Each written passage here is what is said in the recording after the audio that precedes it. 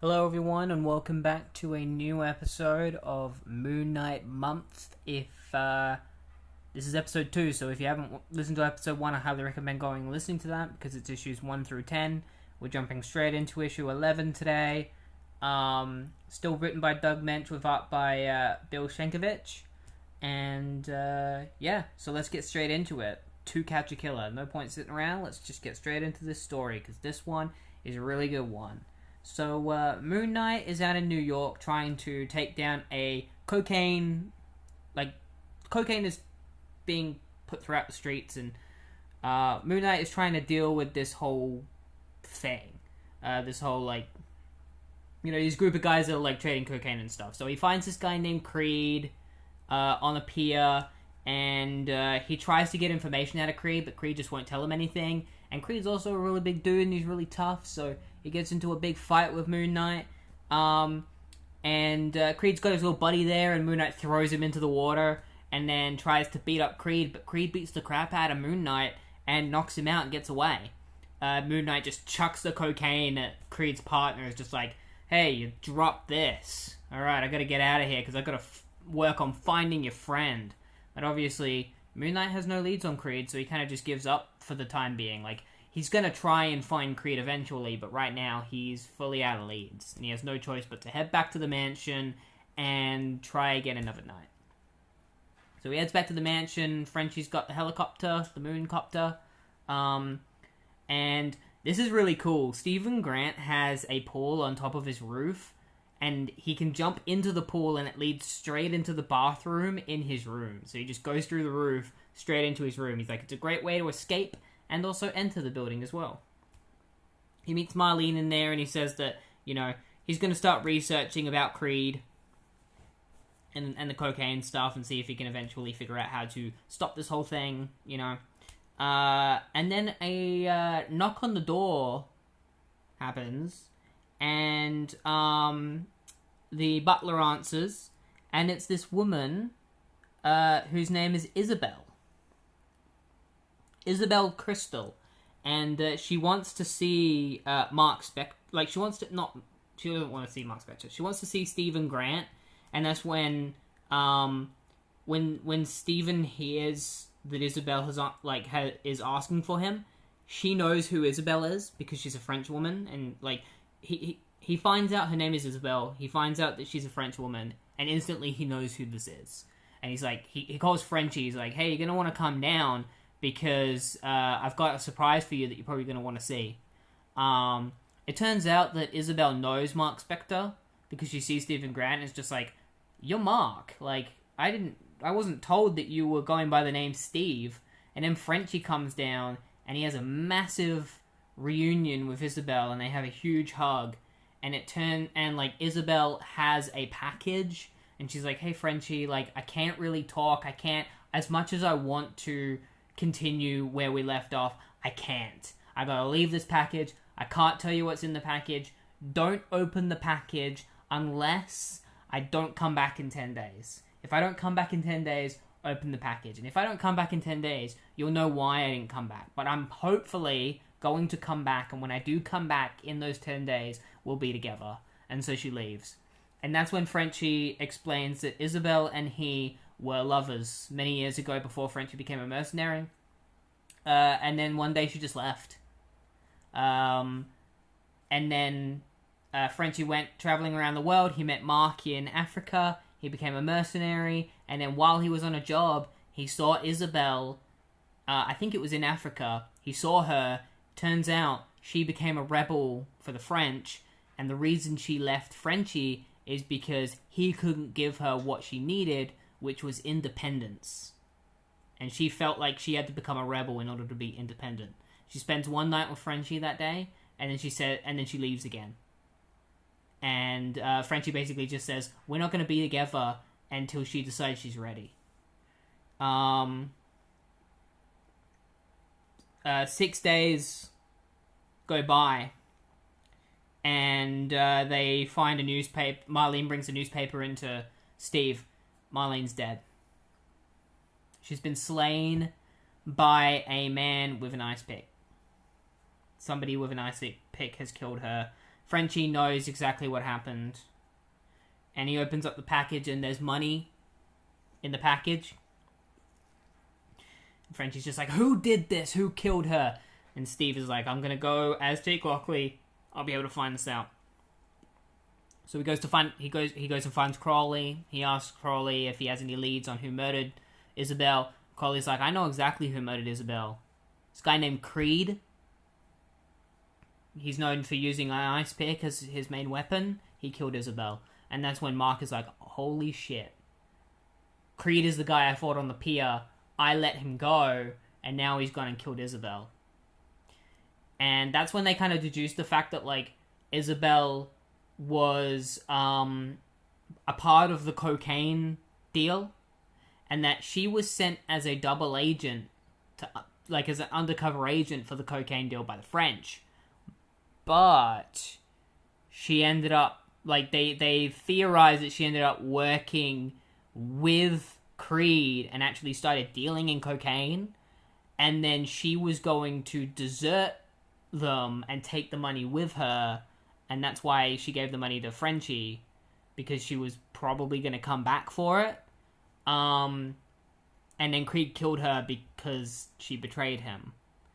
And Frenchie's like, there's no way that that's true, because she's not that kind of person. She's not evil. Like, she wouldn't just turn against people like that and do horrible things.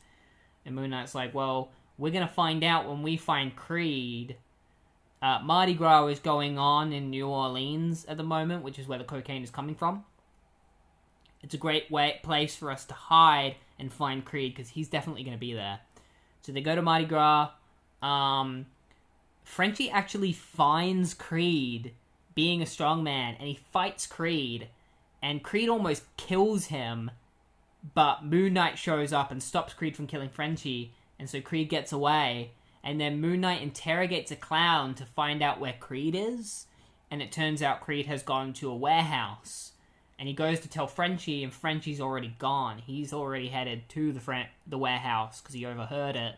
He goes to the warehouse, he corners Creed, he's like, Creed, tell me the truth. Was Isabel working with you?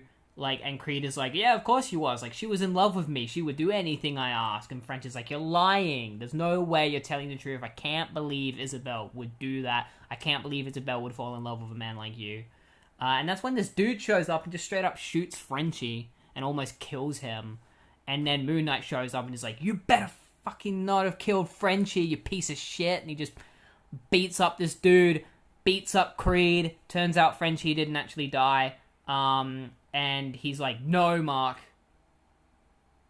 let me do it. And before he deals the final blow to Creed, begging for his life, is like, I was lying about Isabel. She wasn't in love with me. I caught her making her way to the French embassy. She was going to do one more drug run for us, and then she was going to desert us and head back to you. She told me that she was going to head back to this guy named Frenchie.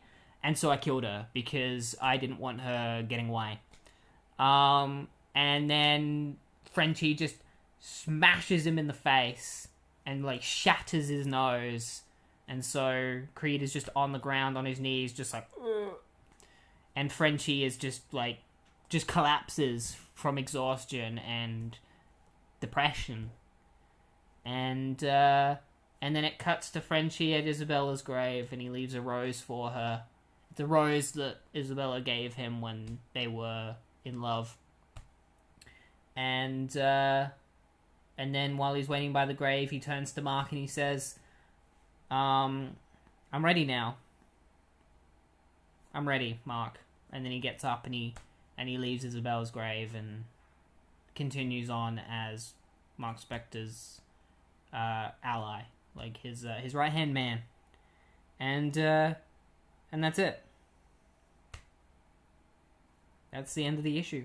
And it's a real sad one, and I really liked this one. It was really good. Especially when they revealed that Creed was the one that killed her. While I was reading that, I was like, oh my god. Because I didn't see it coming. I was like, man, I expected Creed to, like, show up again, but I wasn't expecting him to be the one responsible for killing Isabella. So that actually caught me by surprise. But yeah, this is definitely, like, up there as one of the best issues. This might even be the best issue. In fact, you know what? I'm going to say it. This is the best issue of Moon Knight so far. This was really good. Just getting a lot more depth out of Frenchie and learning a little bit more about him. Like, this is a Frenchie issue. And I'm really digging Frenchie. I really like him. I think he's a great character. I think all the characters are great so far. Even Marlene, I might not necessarily like Marlene as a character, but that doesn't mean I don't think that she is a great character. She's just a very flawed one. But yeah, that's the end of issue 11. Next issue we're going to be talking about is issue 12. Alright, so Moon Knight, issue 12. The Revenge of Morpheus. So, this issue introduces a character known as Robert Markham, aka Morpheus. He was basically just this regular dude. We know nothing about what he was before he became Morpheus, but basically, this doctor named Peter Oren, who is the brother of Marlene, Steve Grant's girlfriend. Basically, Robert had this disease, and Peter tried to cure it, and the drugs that he gave Robert to cure his disease transformed him into a monster known as Morpheus. And basically, as Morpheus, Robert can never sleep, and because he can't sleep, he gains these powers that he calls his Eben force. And it's like it's like when you don't get REM sleep, the tension that you get from not getting REM sleep, it becomes like a physical energy that he can use against people. And he can either put them to sleep for small periods of time, or he can put them to sleep forever, or he can just do kind of like a Green Lantern thing where he can like grab people with his energy and like throw them around and shit, and like not create constructs, but like use it to physically hurt people, shoot beams and stuff like that. So he goes to Peter Oren's office to get revenge and kill Peter Oren. He almost kills Peter. He almost puts Peter into like a coma and like just straight up kills him. But the police show up, and so Morpheus runs away, and Peter gets taken to the hospital, where Steve Grant and Marlene go to the hospital to see Peter, and it's revealed that Peter is Marlene's brother. So Steve Grant is like, alright, Moon Knight is going to get Morpheus and get revenge for your brother and capture Morpheus, and hopefully, Peter will live. He's in a coma. They think he's gonna die. Like, they think he's dead at first, but it turns out he's just in a coma. And then Morpheus shows up to the hospital and tries to kill Peter again. He just wanders in and starts, like, attacking everyone. And so Moon Knight fights him, and they have a massive fight. And Morpheus just beats the shit out of out of Moon Knight because his powers are too strong. He makes, like, Moon Knight really sleepy with his powers and manages to get away. And Marlene's like, you're risking your life too much. Like, I think Morpheus is too powerful for you. Like, how, like, and Moon Knight's just like, well, what do you think I'm gonna do? Like, am I just gonna hang up my cloak? That's not an option. And so he heads off, and he's like, I gotta figure out how to beat Morpheus and, like, how his powers work. And so Moon Knight heads off, and he meets this guy named Detective Flint. And Detective Flint explains everything to Moon Knight and tells him everything that we already know, everything I just explained about Morpheus's powers and the REM sleep and all that. And so Moon Knight's like, alright, I know everything about Morpheus. Maybe I can figure out a way to beat him now. Now that I know that his powers are related to negative energy, I might be able to figure out a way to do it. I'm probably going to have to improvise, which is exactly what happens. So he heads off, and he finds Morpheus robbing a bank, because Morpheus is just like, I'm going to use my powers for positive things. And the way he gets his powers is that he just doesn't sleep, so the longer he goes without sleep, the more powerful he gets. So he goes like 13 hours straight without sleep, and then he's ready to like explode with energy. So he goes off and he starts robbing a bank. Moon Knight shows up and starts fighting him, and they end up at a zoo where Morpheus lets a panther out of its cage, and the panther attacks Moon Knight and almost rips him to shreds, but Moon Knight throws the panther at Morpheus, and Morpheus just like whacks the panther away and assumedly like either knocks the Panther out or just straight up kills it. We don't really know. Because the Panther just disappears for the rest of the story. So Moon Knight, getting away from it, like Morpheus trying to not die, is just like, oh shit, I gotta get away from Morpheus, I gotta figure out how to beat this guy. And he finds the zoo generator, and he stops right in front of it. And he's like, alright, I give up, Morpheus. And Morpheus is just like, you fool! You've fallen right into my hands. And he shoots energy at Moon Knight. And Moon Knight's just like, I was kidding, Morpheus. This is a trap. And he jumps over Morpheus's energy. And the energy hits the zoo generator. And the electricity, the positive electricity from the generator, negates Morpheus's negative energy and shuts off his powers. And then Moon Knight punches him in the face and knocks him out. And he's like, out of all these people that needed to go to sleep, it's about time that you had yours. And it's about time you were the one that went to sleep. And then Morpheus gets sent to the hospital, where they basically just use drugs to keep him asleep for at least 8 hours a day, so that he doesn't get any, so that his powers aren't fueled. Because obviously if he goes without sleep, he becomes super powerful, so they're keeping him asleep. And I guess shutting off Morpheus's powers freed anyone who was under his influence. So Peter wakes up from his coma, and he reunites with Marlene, and everyone's happy, and Detective Flint is like, hey, good job, Moon Knight, thanks for the help. And then that's it. That's where it ends. And we're left on a little bit of a cliffhanger, because the next issue is teasing that Daredevil is going to show up. But yeah, there's not really anything else I can say about this one. Morpheus was fine. It was definitely a bit of a weird issue, because all of the other issues that we've been doing have been very grounded, and it's been Moon Knight dealing with regular people, criminals who are just pretty much regular dudes. The most outlandish one is Bushman, because he's got a steel jaw, but he's still a regular guy. So Morpheus is the first super powered villain that Moon Knight has faced. But yeah, the sleep powered, the sleep related powers are pretty interesting, and obviously he's named after the god that is related to sleep. But yeah, next issue, Moon Knight, Daredevil crossover. Are they going to team up? Are they going to fight each other? I guess we're going to find out. Alright, issue 13 of Moon Knight, and compared to the previous issues, this one has more of a lighter tone.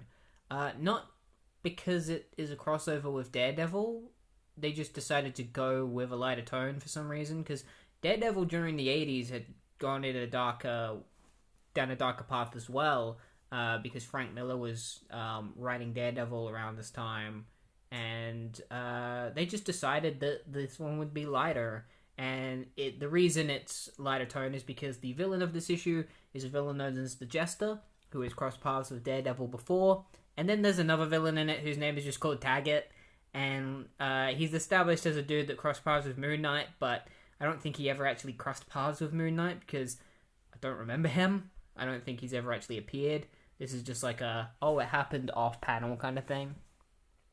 So basically, Jester is in prison with Taggart, and Moon Knight knows that Taggart is getting out that day, and so he's planning on keeping an eye on Taggart so that he can catch him if he does something, because he knows that Taggart's probably going to do something bad. And Jester gets out in 4 days, and Daredevil is waiting for him to get out so that he can stop Jester, or keep an eye on him, because he knows that Jester's a criminal. He's going to start doing criminal stuff again eventually, and so while they're in prison, Jester and Taggart decide to team up. And so when Taggart gets out first, Jester tells him to set up everything for their plan, because basically, when before he became Jester, Jester was just a dude who wanted to become a stage extraordinaire, an actor, and everyone just laughed at him, and so he fed into the laughter, and he became the Jester, and now he wants revenge on this director who he blames for ruining his career and forcing him down this path as a jester. So that's his plan. He wants to... the director is currently holding a show on Broadway, and Jester wants to crash the show with the help of Taggart and steal the spotlight and everyone's money. So he gets Taggart to help transport a bunch of robots to the Broadway show, and the robots would help Jester break into the Broadway show that he can take over the show. And then he tells Taggart to grab a helicopter and meet him on the roof after he's stolen all the stuff so that they can make a getaway. Secretly, Jester is planning on eventually turning on Taggart because he sees himself as just a one-man show. So he doesn't like working with other people, so he's eventually going to turn on Taggart. He doesn't actually get a chance to do that, but that was his plan. Meanwhile, Moon Knight and Daredevil are investigating things. Moon Knight finds out that Jester is working with Taggart from Crowley because Crowley just knows everything. And Daredevil actually tails Jester when he gets out of prison and, like, grabs onto the back of the cab that Jester is driving in and follows him all the way. And he's just waiting for a moment for Jester to do a crime so that he can take him in. And that opportunity eventually happens when Jester attacks an innocent dude, because the dude's just like, get out of my way, you freak. And Jester's just like, you called me a freak. And then he, like, grabs a yo-yo and shoves it in the guy's face. And Daredevil's like, oh, that's enough for me to take you in, Jester. So he goes to get Jester. But then Moon Knight shows up because he's also he's tailing Jester because Jester is going to lead him to Taggart. And so Daredevil and Moon Knight cross paths, and they end up fighting each other in an arcade. And because of the sounds of the arcade, Daredevil can't use his abilities very well, so he has to use just his instincts to fight Moon Knight. But then Moon Knight and Daredevil realize that they're putting innocent people's at harm, and so they stop fighting, and they're like, man, we're being idiots. We're both after the same people. Let's work together. So Daredevil heads to the Broadway show in order to stop Jester. Jester takes over the show. He steals everyone's stuff. He forces the director to go and get the check receipts for him. So Daredevil goes in and starts fighting Jester, and Jester reveals his robots, and they all attack Daredevil. And then Moon Knight comes in and helps Daredevil fight the robots. And the robots shoot out these little aeroplanes, and Moon Knight uses one of them to destroy a robot by dodging it just in time so that the aeroplane hits the robot and destroys it. And then Daredevil helps destroy the other robot. And then Daredevil hits Jester, and Moon Knight refuses to catch Jester for some reason. And Daredevil's just like, what are you doing? You're letting him get away. And what Daredevil doesn't know is that Moon Knight had previously called Frenchie and said to tell Frenchie to take the mooncopter up to the roof and meet the Jester so that the Jester thinks that it's Taggart. Because earlier on, Moon Knight, Taggart tried to get into a truck to get to the helicopter. When Jester told him to go and get the helicopter, he tried to get into a truck, and Moon Knight was in the truck, and so when he opened the door, Moon Knight kicked him in the face and knocked him out, and then called up Frenchie and told him to take Taggart's place. So Jester gets up to the roof, he finds the helicopter with Frenchie in it, he gets on it, and then instead of flying away with, he flies away with Jester at first, and then Frenchie just brings him back to the roof, and Jester's just like, what the hell are you doing, man? And then Jester gets taken away by the authorities, and Daredevil and Moon Knight just laugh at him and just like, what an idiot, ha ha ha, isn't that hilarious, we tricked them. We're just two good old buddies. And that's how it ends. It ends with Daredevil and Moon Knight having a little chuckle. And it's going to be crazy if the next issue just goes back to Moon Knight is dealing with somebody who had their throat slit, right after we've just had this. But the next issue is apparently a bizarre and terrifying thriller called Ruling the World from His Basement. So, yeah, apparently the next one is going to be Moon Knight fighting a Discord mod. Okay, so issue 14. So it turns out, like, the end of the last issue, the whole basement thing must have been a misprint, because it's the end of this issue that they say he rules the world from his basement. So it's the next issue, it's issue 15, where Moon Knight fights a Discord mob. But in this one, we have a very sad tale. Like, it's actually the complete opposite of the last one. We had, like, a weird, wacky tale with the Jester and Daredevil. This time, yeah, we're dealing with, like, murder and shit again, and family, like, broken families. So, there is this woman, whose name is, Stained Glass Scarlet. That's what she's known as. Her name is Scarlet, Stained Glass Scarlet. She's basically just this woman who lives in a church, and she spends her whole day playing the organs that don't work. The church is completely decrepit and falling apart. And then she, like, goes up into the attic and looks into space, and then goes back down and sits on her chair and just drinks wine. And then she grabs a book and she looks through it, and it's all memories of her life, and she sees a picture of herself holding a baby. And then she turns the page, and there is a newspaper article of a guy named named Joey Fasanelli.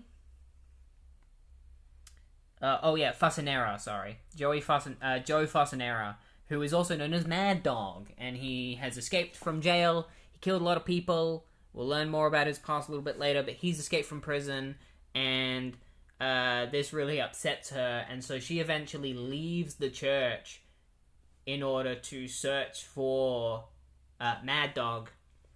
So there's obviously a bit of a connection between them.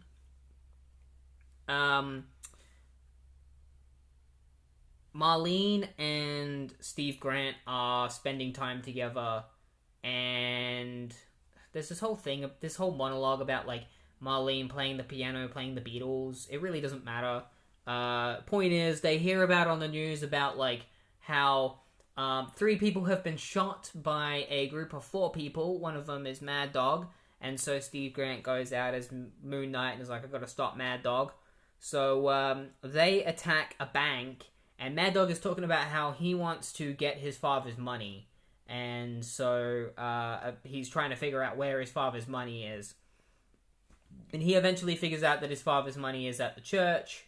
Moon Knight takes down the guys that are attacking the bank, like Mad Dog's men. And then Frenchie follows Mad Dog and sees that Mad Dog has entered the church. And he tells Moon Knight. And so Moon Knight and Frenchie go to the church together, and Moon Knight heads into the church attic, where he crosses paths with Scarlet, who has returned because she knows Mad Dog is coming to the church to get his father's money. And that's when the big reveal happens. Scarlet is Joe's mother, which is something that I figured out while I was reading it. I was like, she's definitely his mum. And so when the big reveal happened, I was like, yep, figured it out. So she tells Moon Knight everything that happened. Basically, she was a sister at a church, and this guy named Vince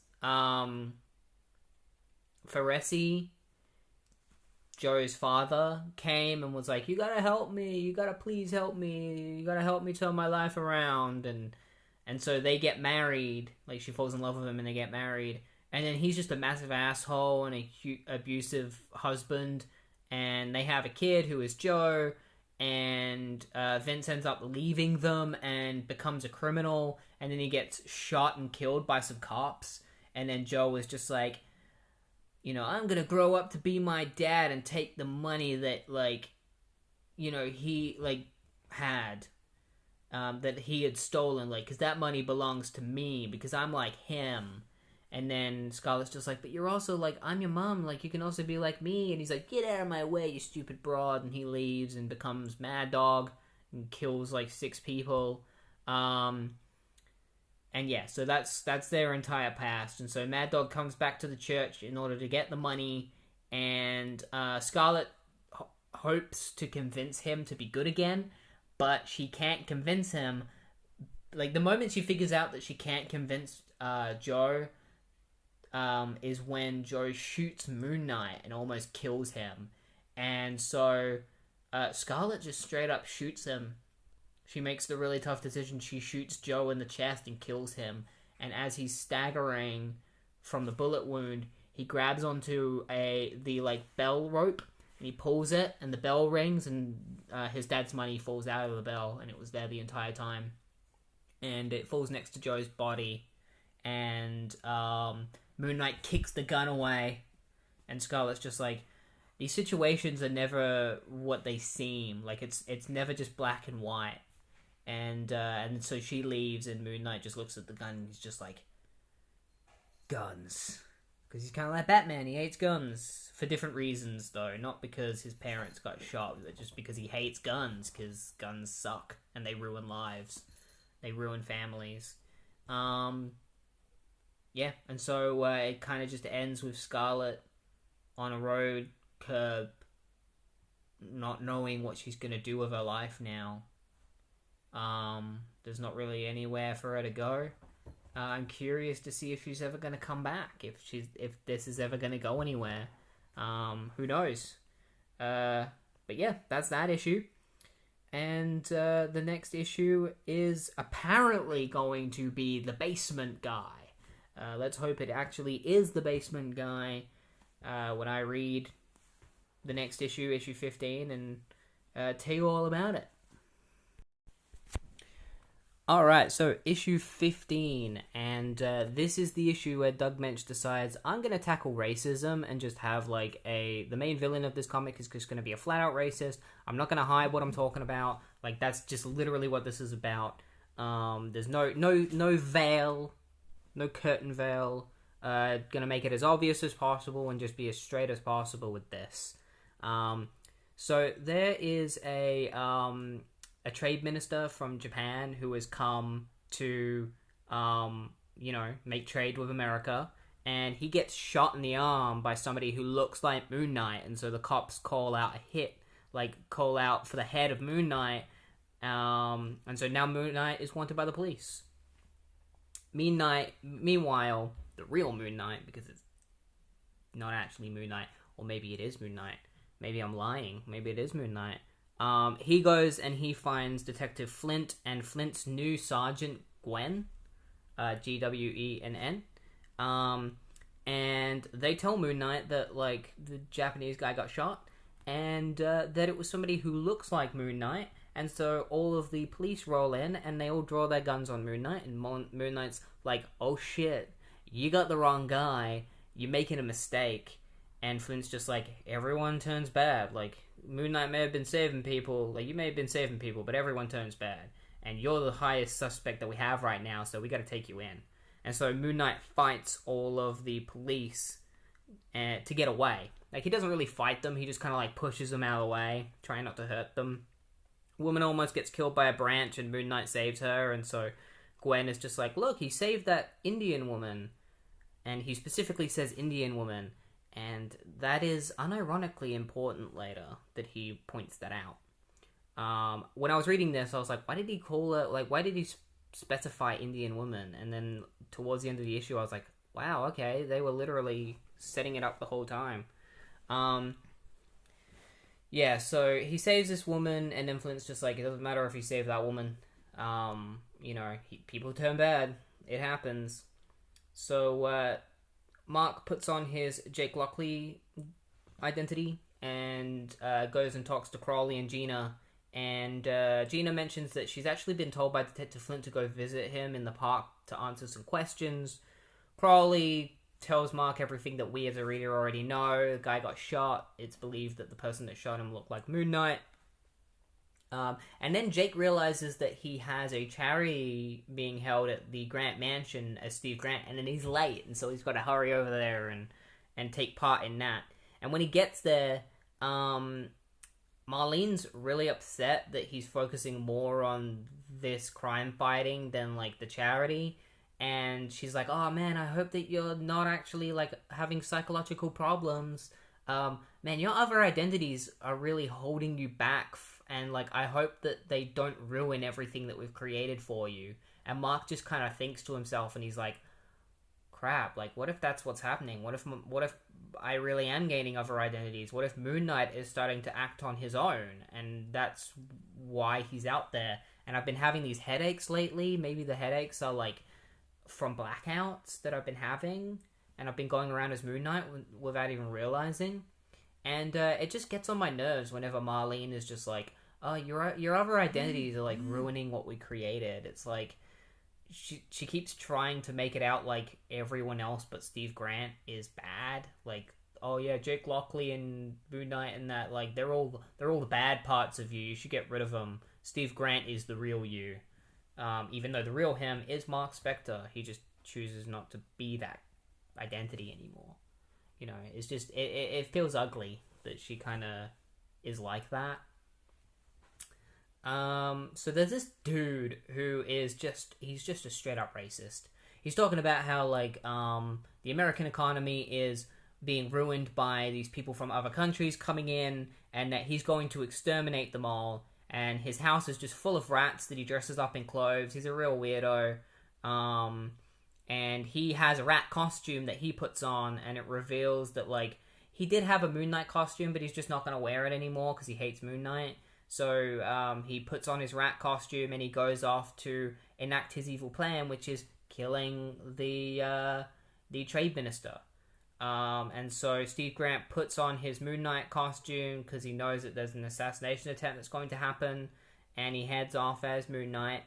And so the Rat Man shows up. That's just what I'm going to call him. Rat Man shows up, attempts to kill the trade minister, but Moon Knight jumps in and fights him, and Rat Man manages to get away, and he jumps into the sewers, and they lose sight of him. And that's when Steve is like, he didn't disappear. He blended in. And Marlene is like, "Are you saying what I think you're saying?" And Steve is like, "Yep, it's exactly what you think." So Moon Knight finds what he believes to be the right house of a policeman. He believes that this man is actually a policeman in disguise, or at least he's been disguising himself as one of the police. He goes to the house, he finds all these different disguises for different locations, and then he finds like memoirs of like Adolf Hitler and stuff, trying to like prove that Adolf Hitler did not kill like 6 million people and stuff like that. This dude believes in all the wrong things. And while he's searching the house, Moon Knight gets hit by like a jar of goo, and it turns out it's rat food. And so Ratman's rats start attacking Moon Knight, trying to eat him. And then Ratman shows up, and he's like, "Ha, you're gonna be eaten by my rats. See ya, punk. I'm gonna go kill all the colored people because I suck." And so Ratman runs away, and Moon Knight catches up to him, and they have a massive fight, and he pulls off his mask, and he's like, "It's Gwen, Sergeant Gwen." And then like he looks nothing like Sergeant Gwen. He's like, "That's impossible." And then he like rips off the dude's face because it's a mask, and it's Sergeant Gwen. It was him the whole time. And that's why earlier on he calls that woman the Indian woman and not just a woman, because he's racist.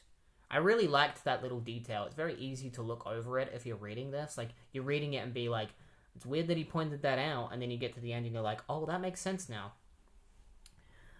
So yeah, Gwen and Moon Knight just have a huge massive fight, and they fall into a tool store, like a camping supply store, and Gwen picks up a axe and goes to chop Moon Knight's head off, but he steps in one of his own rat traps, or he steps in a rat trap that is at the camping supply store, and it hurts his foot, and so Moon Knight is able to knock him out.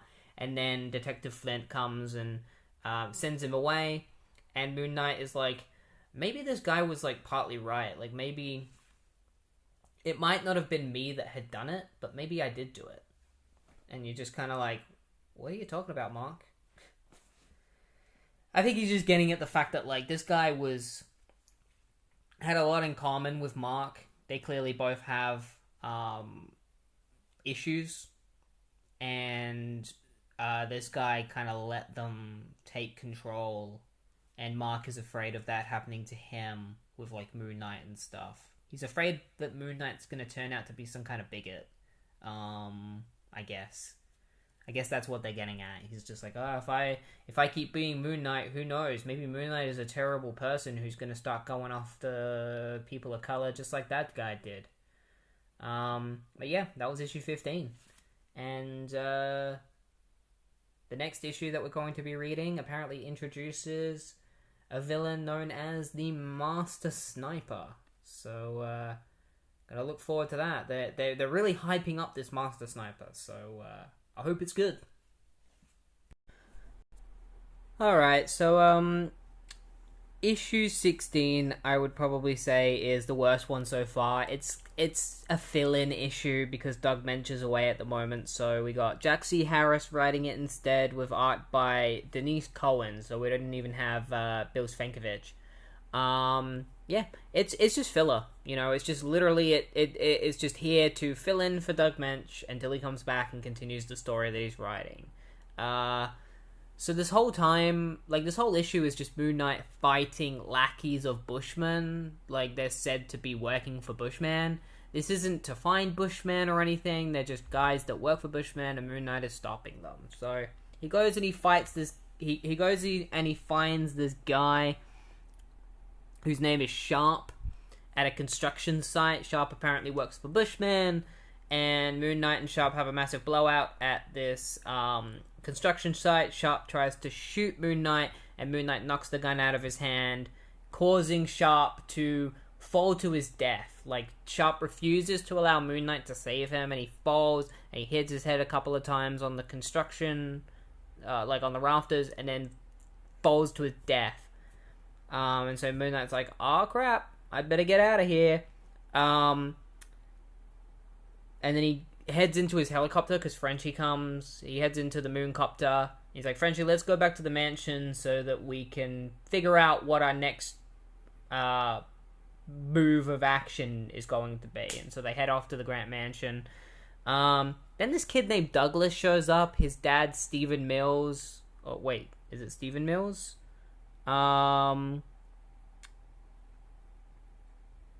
Yeah, Stephen Mills. He's a cop. He hates vigilantes. His son loves Moon Knight and vigilantes. And his dad is like, hey, you better stop praising Moon Knight because Moon Knight is a bad guy. And he, like, scrunches up a photo that Douglas took of Moon Knight on the construction site, which leaves Douglas really sad. At the Grant Mansion... Oh, wait, no. Not at the Grant Mansion. Well, at the Grant Mansion, they, like... There's a brief panel where, like, Steve Grant and Frenchie head back to the Grant Mansion, and then, like... It's just them arriving there, and then we cut next to the next scene. It's so pointless. It's just like, we're at the mansion. Alright, next scene. Douglas is at home, and his dad comes into his room, and just rips up all of his superhero posters, all of his, like, pictures of Moon Knight and stuff, because he's a dick. And then we go to this guy named Alexander Latimer, who works with, the Bushman. He works under the Bushman, and he's talking about how, like, his ally Sharp is dead, and so now they've got to take action and continue their plan, which is basically just to blow up the entire city with a nuclear bomb. So they've hired this guy to build the bomb, and then they're going to hire this other guy named Blacksmith, who was a guy in prison who built his own, like, blacksmith tools, and he has, like, a heat pack, and they heat up his blacksmith tools, and he can use the tools to kill people, and that's why he's called Blacksmith. So they hire this guy to build the bomb, they hire Blacksmith to be his bodyguard, and they send him off to go build the bomb, and these guys think that the bomb is going to be activated a week after they build it, but what they don't know is that Andrew is turning against them, and is going to activate the bomb right after they build it, so that they die in the explosion with everyone else, and then when the entire city has been blown up, they're saying that, like, the city will probably be, like, open to be attacked by other people, and so while it's being attacked, they're gonna go to the west and get a bunch of gold and billions of dollars. Money, money, money. Apparently, blowing up the city equals money for them. Yeah, we learn about the blacksmith a little bit. He's just a guy that went to prison, and he hates the Moon Knight, and he wants to prove that he's better than Moon Knight, and so he becomes the blacksmith. And that's it. That's his origin. Stephen Grant is working out, and he receives some mail from Marlene, where he gets like a bit of a tip that there is that the guy behind everything is Andrew Latimer. So they gotta go and investigate his estate. Meanwhile, Stephen Mills is investigating this as well, and he just gets hit. Like, he's in the subway and he gets hit by a train and dies. Like, that happens. Like, Stephen Mills is just investigating, and then a train comes and he's just like, ah, and he dies off panel. And then Douglas's mum gets a call on the phone, and Douglas realizes what's happened to his dad, and he's like, oh, I need to go avenge my dad. I need to prove to Moon Knight that I'm a great fighter, but I don't think Moon Knight's going to listen to me, so I need to go and find a different hero who's going to help me. And so he gets into a cab, and he tells the cabbie to take him to the Baxter Building. And so Steve Grant puts on his Moon Knight costume and heads off to go and investigate the place where like the blacksmith and this other dude are supposed to be meeting up, because Moon Knight doesn't know they're building a bomb yet, but he knows that something's going down at this location, so he's going to go and head there. Douglas heads to the Baxter Building, and he comes across The Thing, and not just The Thing, Alicia's there too. And he asks The Thing to help him, and he's like, hey, my dad died. And The Thing's just a dick. He's just like, hey, go away, kid. Get out of here. Leave me alone. I'm going on a date. And Douglas is just like, oh. And then Alicia's like, you were so harsh on him. You didn't need to behave that way. Did you even listen to him? He said his dad is in trouble and he needs your help. And the help of Moon Knight. And The Thing's like, oh, okay, I guess I was real hard on the kid. And then he sends like a radio signal to Moon Knight. And he's like, hey, Moon Knight, there's this shit going down. This kid's dad is dead, and you gotta go help him. And now you'd think that, like, oh, maybe The Thing is gonna team up with Moon Knight. No, that's all he does. He just sends a radio signal to Moon Knight, and it's just like, hey, Moon Knight, you gotta go help this kid. And then that's it. That's the whole purpose. On the front of the issue, they're just like, yes, starring The Thing. And you'd think, like, oh, it's gonna be like the Daredevil one, where he has a major part in the story, and he teams up with Moon Knight. But he doesn't. He doesn't do any of that. It's very disappointing and underwhelming to have The Thing show up and just be a radio boy. So Moon Knight goes to the area where Blacksmith and the dude are, and he fights Blacksmith, and he manages to destroy Blacksmith's heat device, like his heat pack, which blows up, and you think that the Blacksmith is dead, but he's not. He escapes the explosion just like Moon Knight does. And so Moon Knight heads into the building where they are building the nuclear bomb, and he finds the nuclear bomb. And then the blacksmith shows up and reveals that he's alive, and Douglas is there with him. And then Douglas helps Moon Knight fight Douglas jumps on the other guy, the guy that's building the nuclear bomb, while Moon Knight fights Blacksmith. And then the dude realizes that the bomb is going to blow up. And he's like, man, Andrew was going to kill us alongside the city, so we're not going to help him. And so the guy, deactivates the nuclear bomb, and then they get taken into prison, and Blacksmith is like, from now on, Blacksmith isn't working for anyone, he's going to be just like you, Moon Knight, he's only working for Blacksmith. And then Douglas decides that he's going to avenge his father by doing good like his dad, but he doesn't know whether or not he's going to do it from within the system, or he's just going to do it on his own. So the question is he going to become a vigilante like Moon Knight, or is he going to become a cop like his dad? And we're left not really knowing what decision he's going to make. And that's where the issue ends. It ends like that. And like I said, this one was just it's the worst issue so far, just because it's nothing. And I feel like they were trying to sell this issue by being like, the Thing is in this one. Like, we're going to get the Fantastic Four fans to buy this one because it's not Doug Mensch writing it. And it's also not a very good story. And then you read it and you realize the Thing does nothing. You can skip the pages that the Thing is in and just assume that Moon Knight just, like, knew where to go. Like, oh, he just got information from Crowley. Crowley and Gina aren't in this at all, by the way, which is also weird. It's like half of Moon Knight's cast isn't even in this one. You got Frenchie and Marlene. Frenchie barely does anything except fly the helicopter. And Marlene just gives Steven some letters. Like, it just isn't very good. Crowley does feature in another story that's it's like a B story. It's all about Mark Spector. I didn't read it because it's just a small little story at the end. And I don't really care about it. But yeah, that's that issue, and now we're going to be moving on to issue 17, where Mensch and Bill, Doug and Bill are back. So yeah, let's talk about issue 17, and hopefully it's a lot better. The Master Sniper, remember him? Because they mentioned him at the end of issue 15, and then I guess they weren't planning on having a filler issue. And so it's issue 17 that we get to see the Master Sniper. Alright, issue 17. Bill and Doug are back. This one's better than the last one.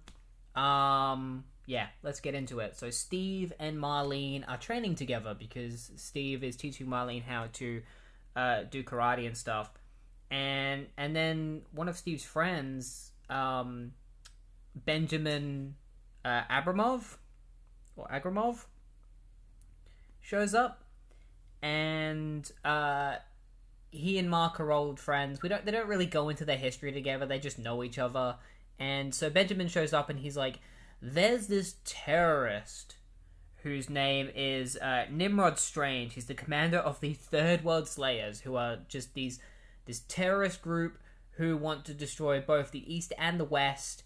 And just want to cause havoc and destruction and everything and just take over the entire world. And he's known for having, he has 3 women with him at all times.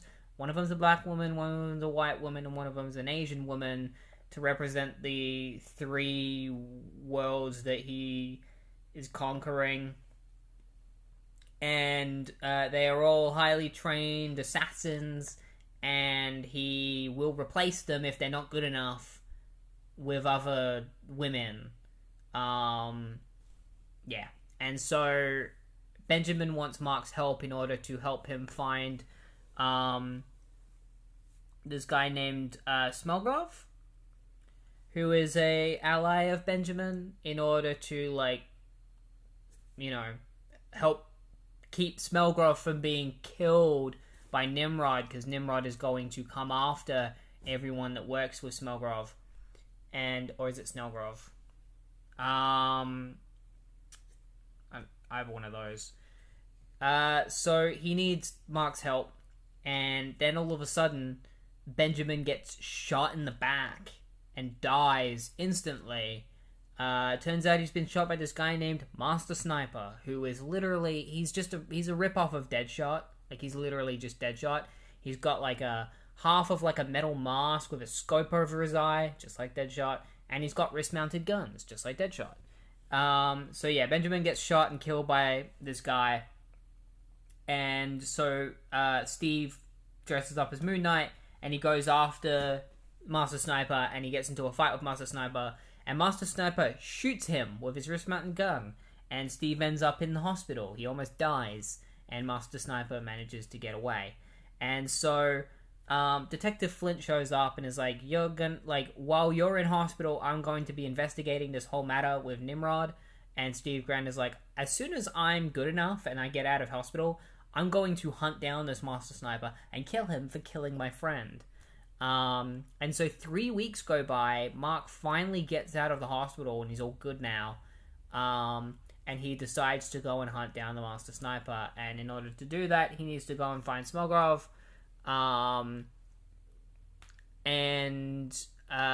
Meanwhile, Nimrod sends the Master Sniper to go after Smelgrove and kill him, and also kill Like, he expects Moon Knight and his friends to show up as well, so he's like, hey, Master Sniper, make sure you kill them too. So they head off to where Smelgrove is supposed to be, but before they do that, when Benjamin died, he said that there was something in his, like, in the right side of his chest, third rib. Like, he says it when he dies, and they think that that's where he got shot, but it turns out that there's actually, like, a little dot embedded in him, and on that dot is special secret information, and that information is what Nimrod is after. So they got to take it to Smelgrove and let him know that they have it, so that he can trust them and they can work together in order to, you know, stop Nimrod from assassinating them and stop the Master Sniper. So they head to this area, like, to the place where Smelgrove is. It's like a snowy area. I don't even know if they ever actually mention where he is. They go to a place known as the Radisque Ski Lodge. So I'm assuming they're in, like, Russia or something. They don't really state it, but, like, I assume it seems like they're in Russia. Marc calls Smelgrove and sets an appointment to meet with him, and then he gets held at gunpoint by Smelgrove and his guys because they don't trust him, and they take him away and they're gonna kill him because they're like, you killed Benjamin, so we're gonna kill you. And then Marc is like, you're insane, I didn't kill Benjamin, like, he was a dear friend of mine, and I'm trying to find the guy that killed him so I can get revenge. And Smelgrove's like, look, you might be telling the truth, but honestly, you could also be lying, so we can't really trust you, and there isn't really any real way for you to prove to us that, like, you are that you aren't lying to us. And that's when Marc does prove to them that he's not lying, when he tells them about how he has, like, the little dot that was in Benjamin, so Smelgrove knows that he's telling the truth. And just as they realize that, Master Sniper shoots one of Smelgrove's guys and kills him. And so Marc is like, hey, we gotta get out of here. We gotta get you to safety. And so Marc puts on his Moon Knight costume and attacks the Master Sniper. He throws a moonrang into his wrist and then fights him. And Master Sniper is like, even if you defeat me, victory will not be yours to claim. And he's like, Strogoff and the others still... Oh, that's his name, Strogoff, sorry. I was calling him Smelgov the whole time. His name is Strogoff. He's like, Strogoff and the others are still firing. And so he heads off and runs away, because he's like, I'm gonna kill... I gotta get a higher vantage point in order to kill Moon Knight, make it easier for me. So he jumps on top of a rail car and shoots at Moon Knight from the rail car, and Moon Knight ends up falling off a cliff. And so Master Sniper just assumes he's dead. He's like, I'll come back and check if he's really dead later. I'm gonna go kill Moon Knight's friends first, and then check to see if he's dead. So he goes after Marlene and Frenchie, who are currently in their cabin, because they were told by Marc to stay there to keep them safe. And he starts shooting explosives at them, so they get on their skis and they escape from the cabin, and Moon Knight sneaks up behind Master Sniper and gets him from behind, and Master Sniper is shooting at the time that Moon Knight hits him, so his gun shoots at the ground and causes an avalanche, and Master Sniper falls to his death and dies. So this villain, who you think is probably going to be like, are we finally shaping up a rogues gallery for Moon Knight? Oh, no. He's dead. Seriously, Moon Knight has no rogues.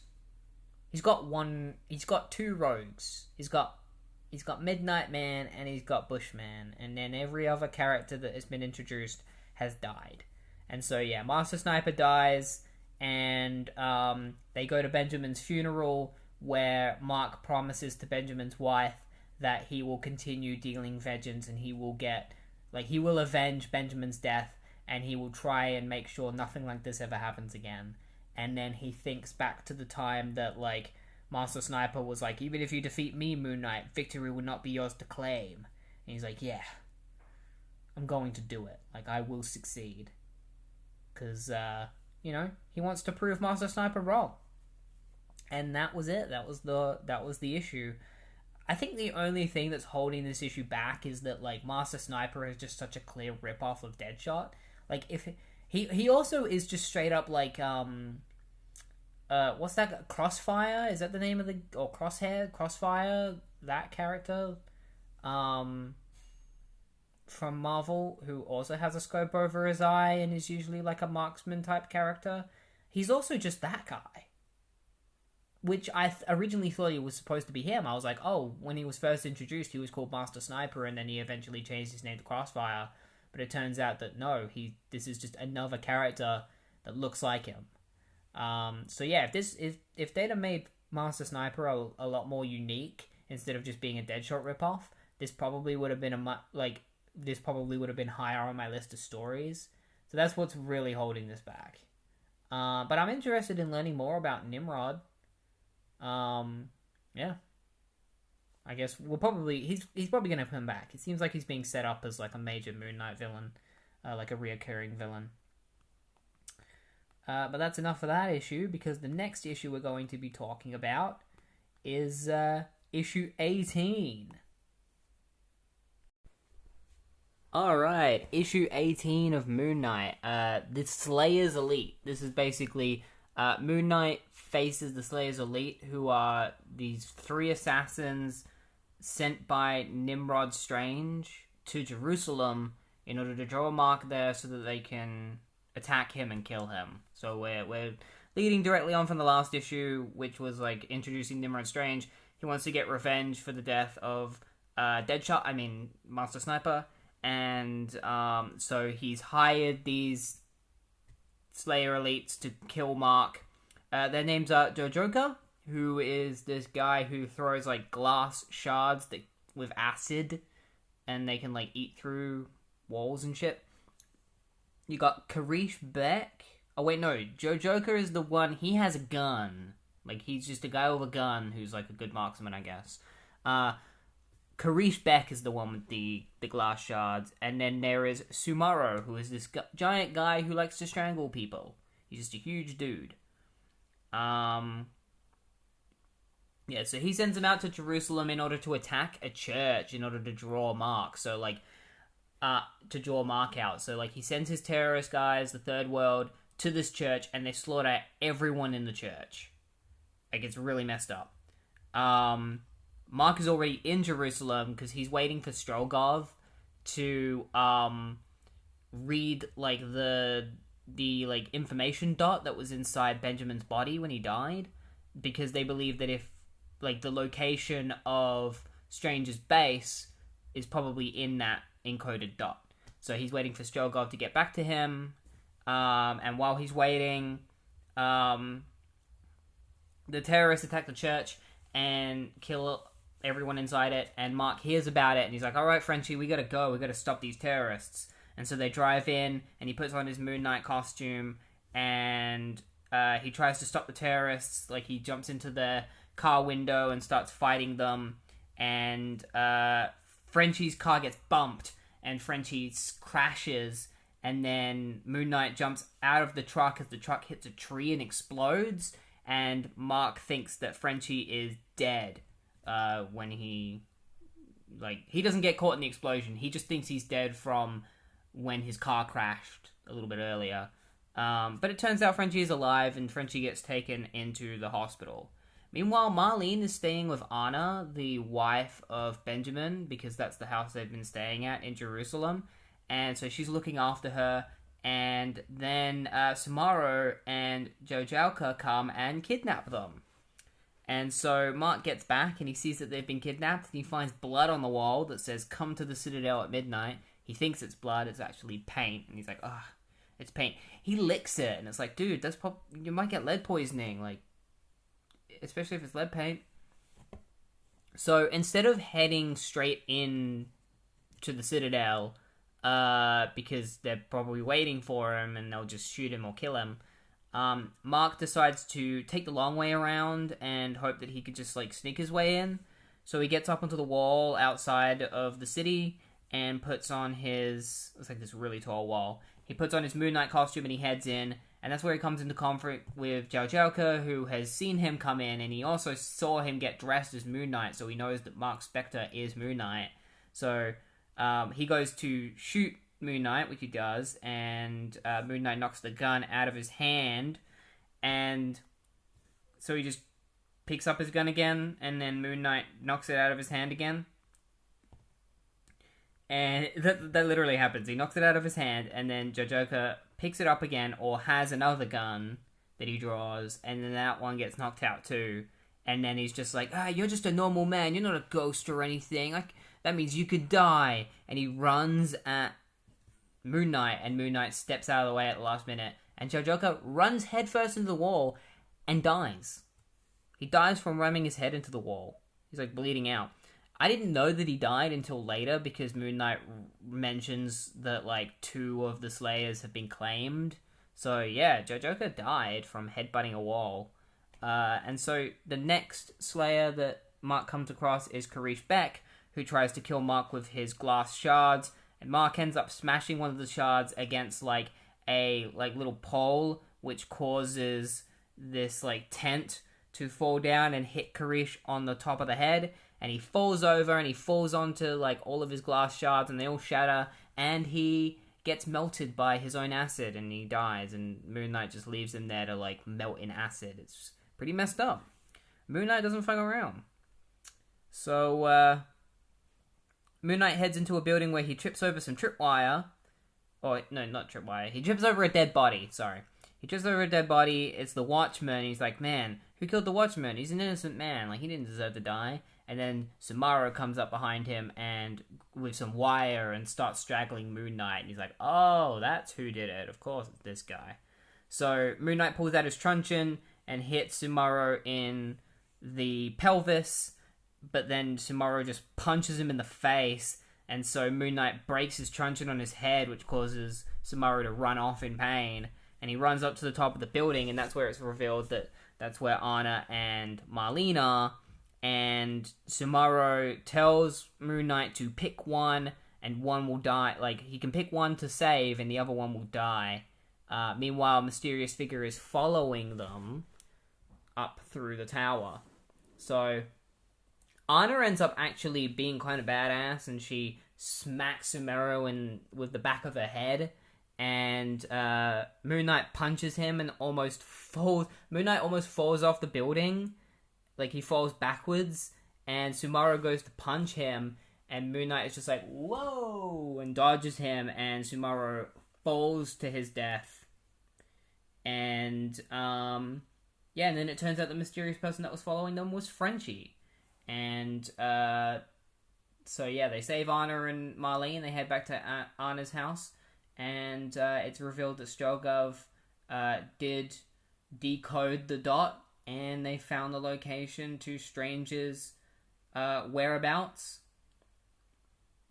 And they're going to go there, and they're going to get revenge for Benjamin. And so that's where the issue ends. It ends with them figuring out where his base is. The next issue, we're going to see the what I'm guessing is the climax to this whole story. Alright, issue 19 of Moon Knight. It seems like the way that Doug Moench plans out these story arcs is that he, like, every 10 issues, like, is a finale. So, like, the way that this is building up is that issue 20 is going to be the finale of the Nimrod Strange storyline that has been going on. So, Marc, Frenchie, and Marlene all are trying to infiltrate Nimrod's island, and in order to do that, they need to find a truck for new recruits, which they managed to do. They found a site where they're recruiting new people for Nimrod's army, and so they sneak onto the truck with new identities that they've created for themselves after beating up all the guards and stuff. And as they're on the truck won't start, and Mark's just like, shit, they're gonna ask us to get out of the truck, and the guy's just like, hey, you get off the truck, all of you. And just before Marc and Marlene and Frenchie are forced off the truck starts, and they make their way to the island. Meanwhile, Streglov and his men are on a ship waiting for Marc's instructions, like waiting for a signal from Marc to say that he's succeeded in doing what he's going to do. Basically, the plan is that Marc, Frenchie, and Marlene are going to head to the island. Marlene is going to infiltrate Nimrod's group by becoming one of his bodyguards, because he just happens to have a bodyguard named Sheena who hasn't been up to scratch lately, and so he dismisses her and Marlene becomes his new bodyguard.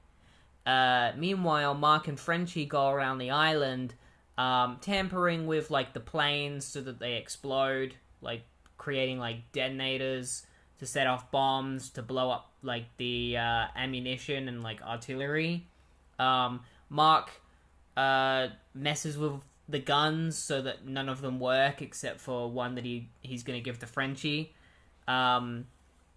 Meanwhile, Marlene and Nimrod end up making out, because it's kind of like one of those situations where Marlene just has to go along with things and not have Nimrod become suspicious.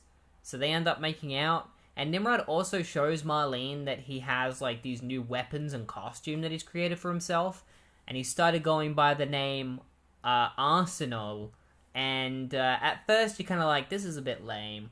But then it's a little bit cool, because all of his weapons are the weapons used by all of his assassins. So you got, like, the device that Master Sniper used. The helmet looks a little bit like Master Sniper. He's got the knives from Karish.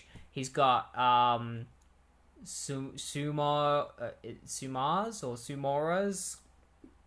Sumaro, I think his name was. His wire and, like, martial arts skills.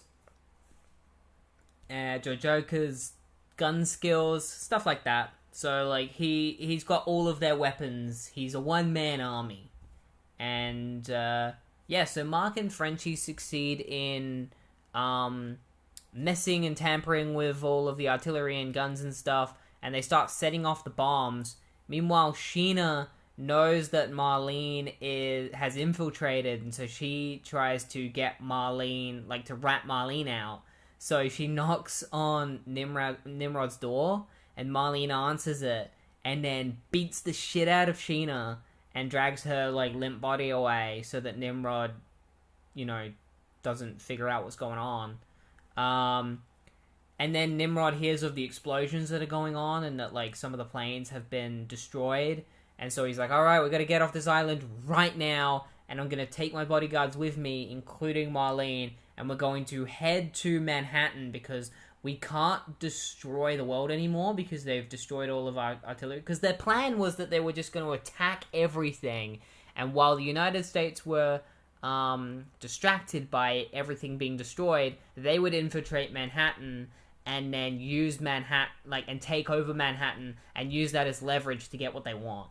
So now they have to throw out the window, all, like, destroying the rest of the world, and instead just go straight to Manhattan and take it over. Like, that's their only choice that they have. So Nimrod and Marlene, like, Nimrod takes Marlene off to Manhattan. Meanwhile, Marc blows up their final plane by getting into it, flying up into the sky, and then doing a suicide bomb. And he, like, jumps out of the plane at the last minute, and the plane smashes into the island and explodes. Pretty freaking awesome. Probably the coolest thing Moon Knight has ever done. I say that, period. I don't think Moon Knight will ever do something as cool as that ever again. Like, literally jump out of a plane right before it smashes and explodes. Like, that's so cool. And so he knows that, like, Nimrod has gotten away with Marlene, and so he heads back to Strogov with Frenchie, and Strogov reveals to Marc that Nimrod is heading to Manhattan, and so Marc and Frenchie are going to go after Nimrod to Manhattan and hopefully defeat Nimrod and stop him. There also was a bit of a confrontation with Nimrod, I forgot to mention, because it happens right at the end, but Nimrod, like, Moon Knight fights Nimrod for a little bit because he has Marlene with him, and Nimrod throws a grenade at Marc, and Marc, like, hits it away, and then the grenade explodes, and Marc gets knocked unconscious, and that's when Nimrod and Marlene make their getaway. So, yeah, that happens. I forgot to mention that. It's a very small part of the book. You know, it's just an excuse for Moon Knight to lose sight of Nimrod. Like, it's just an excuse for Nimrod to be able to get away. But yeah, that's the end of that issue. And in the next issue, it should be the final. It should be the final conclusion to this Nimrod Strange storyline. So, will Moon Knight be able to stop the third world? Is Marlene going to survive the next issue? Like, or is it possible that she could die? Like, we don't know. We're gonna find out next time. Alright, here we are, issue 20 of Moon Knight, the final issue of today's episode, and the grand finale to the Nimrod Strange and Third World arc that we've been going through with Moon Knight.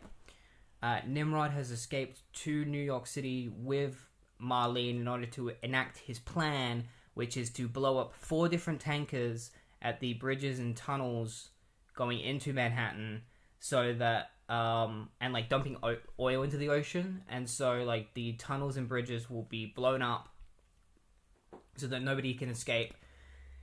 The oil catches on fire and Manhattan burns, and 97% of the population dies.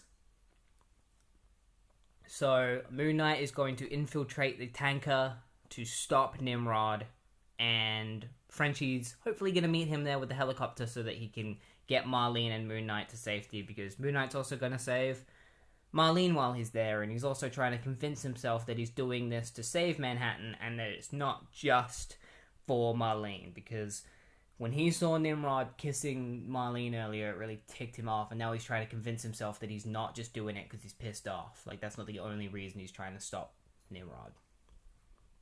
So Moon Knight infiltrates the tanker, and he comes across Nimrod and Marlene, and Nimrod tells Marlene to fight Marc, like to fight Moon Knight, and she hesitates, and Moon Knight hesitates because he doesn't want to fight Marlene, and that leaves him open for Nimrod's other bodyguards to kick Marc in the head simultaneously, and they knock him out, and then Nimrod ties him up to a generator and unmasks him, discovering that Moon Knight is in fact Marc Spector, his other rival, and that both of his greatest enemies are the same man.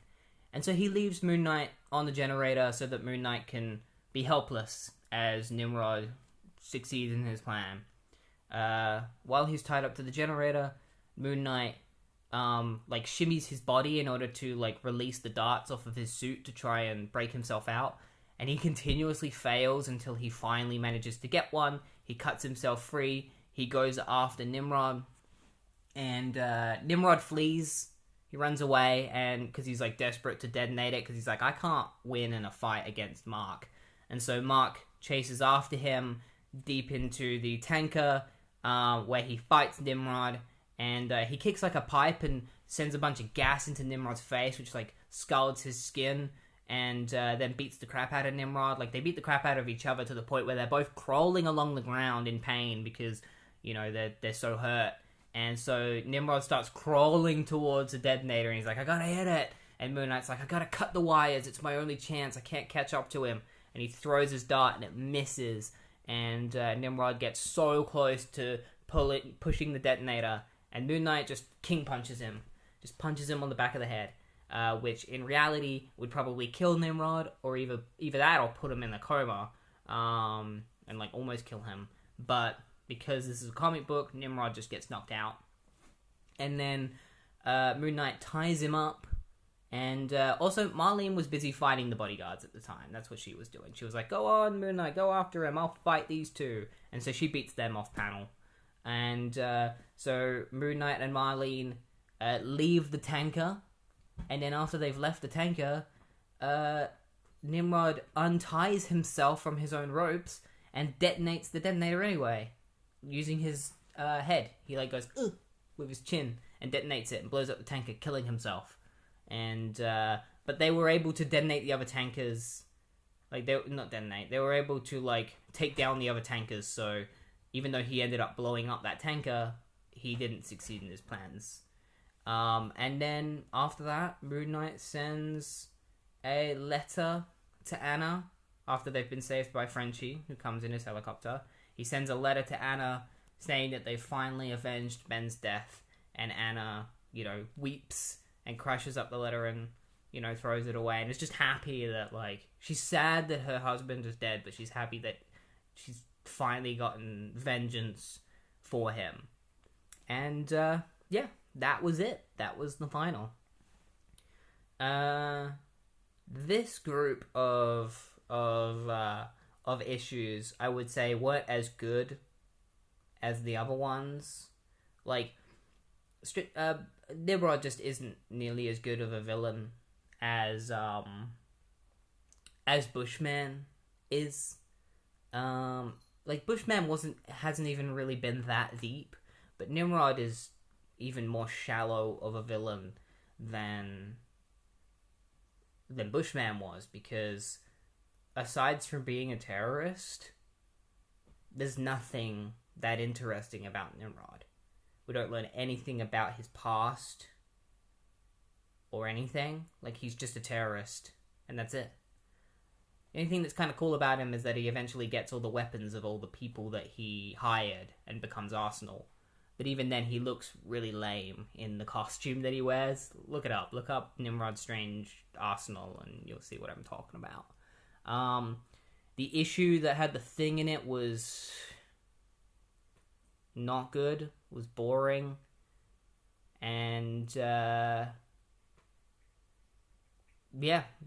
was just kind of... The Daredevil one was really fun. The Third World stuff was definitely when it got the most interesting, but, it was still a step down from, the finale of the last finale that we did with Midnight Man and Bushman. That was really good. This wasn't in comparison. It wasn't bad. I still enjoyed what I was reading, but it was definitely a step down. But yeah, that's going to be it for this episode of Moon Knight Month. Next week, we're going to be coming back with issues 21 through 30. And we're going to see what happens next in the Moon Knight comics. I have no idea what's going to happen after this. Literally anything could happen. And I'd be like, alright, this is where we're going. So, I hope you enjoyed this episode. If you enjoyed this episode, please follow the podcast and like the podcast and share it around. And I also have a YouTube channel now, which is Marvel and DC Retrospective Podcast. That's the name of the YouTube channel. So, it's where I upload all of the podcast episodes. There's no video for them, it's just audio format. But it's just another way that you can watch them, especially if it's easier for you to do it on YouTube. So go there and subscribe to the channel, and they automatically get released at the same time. So there's no delay. It's just as soon as a new episode of the podcast comes up, it's on YouTube, ready to go. So yeah, I hope you enjoyed this, and I'll see you next week for more Moon Knight. Have a good one.